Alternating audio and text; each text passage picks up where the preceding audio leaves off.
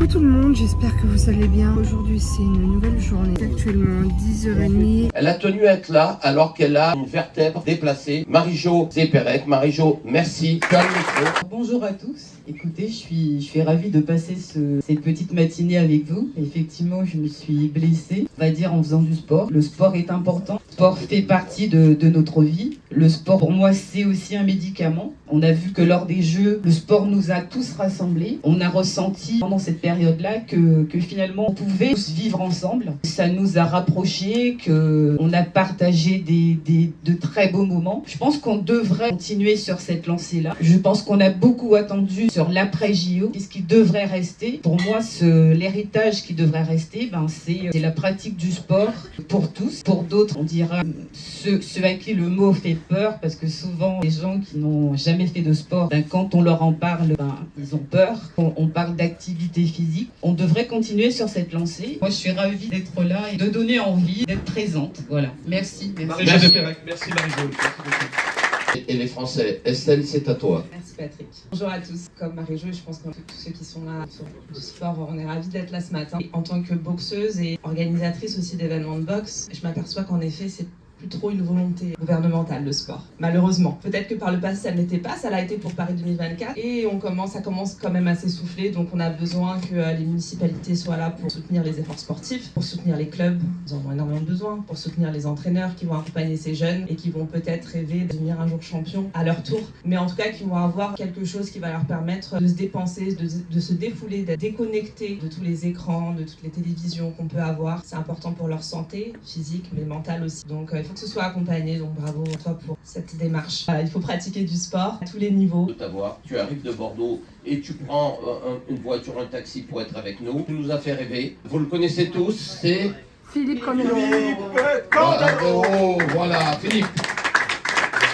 Bon, alors, par chance, comme je suis arrivé à la bourre, j'ai pas écouté tout le monde.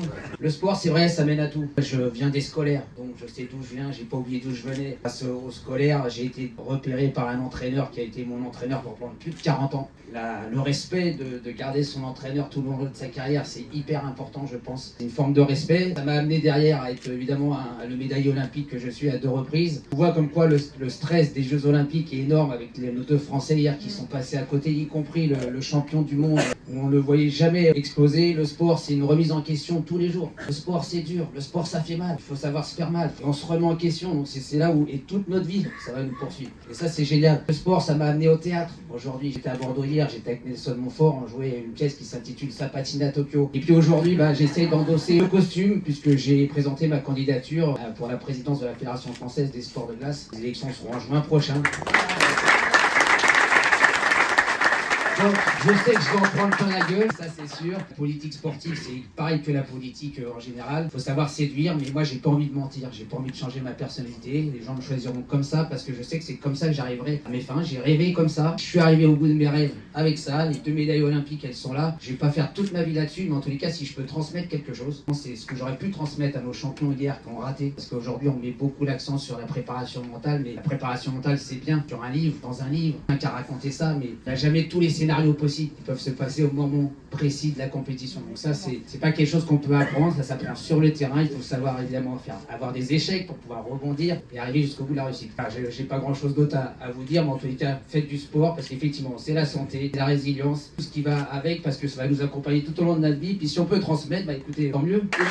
Il a aussi un spectacle qui s'appelle La fille du marchand de ça, mais c'est souvent aux approches de Noël. Et ça a fermé. On commence à les fermer, donc il y a des projets. C'est pour ça aussi que je m'investis à la fédération, c'est que les Jeux en 2030, on doit faire en sorte, j'ai un projet d'ici 2034 à construire 10 patinoires en France parce qu'il y a des projets dormants. Donc je connais le milieu, je connais ma fédération, les 7 sports olympiques, les 12 sports en développement. Des choses énormes à faire aussi pour les jeunes, le patinage, c'est pas seulement le patinage que vous avez vu hier à la télévision, c'est le bobsleigh, c'est la luge, c'est le skeleton. Le bobsleigh, on va aller chercher où nos bobeurs? On va aller chercher sur des pistes d'athlétisme. Ou alors encore dans le rugby aujourd'hui, parce que celui qui gagne la course d'un bob, d'une luge ou d'un skeleton, c'est les pousseurs qui font gagner la course. Oui, ils font des bons pilotes, Mais d'abord, c'est pousser. Les pousseurs, on les trouve dans les terrains d'athlétisme et c'est là où il faut savoir s'ouvrir. Nous, on est toujours resté un petit peu fermé. J'espère amener un petit peu toute cette énergie. Alors, l'énergie, parfois, et les projets font peur. J'ai été un ambassadeur de mon sport, parfois avec ma grande gueule, avec des petits dérapages. C'est vrai qu'aujourd'hui, c'est un peu gênant d'être devenu le numéro 1 du sexisme en France parce que j'ai osé, il y a 20 ans, sortir des propos. C'était mon rôle. C'était mon rôle d'attirer du monde à regarder la télévision, à écouter le patinage, comme me disent souvent les gens. Aujourd'hui, ça m'est un petit peu reproché. On est dans une société, il faudrait qu'on apprenne. Et le sport, ça a toujours été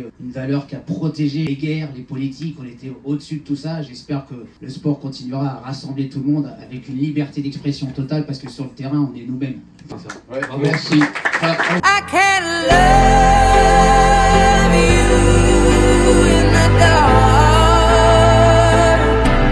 It feels like we're oceans apart. There's so much space. C'est une fin de tournage, c'est un clap de fin en tout cas. J'espère vraiment que cette vidéo vous aura plu. Je vous laisse et je vous dis à la prochaine pour une prochaine vidéo. Bisous.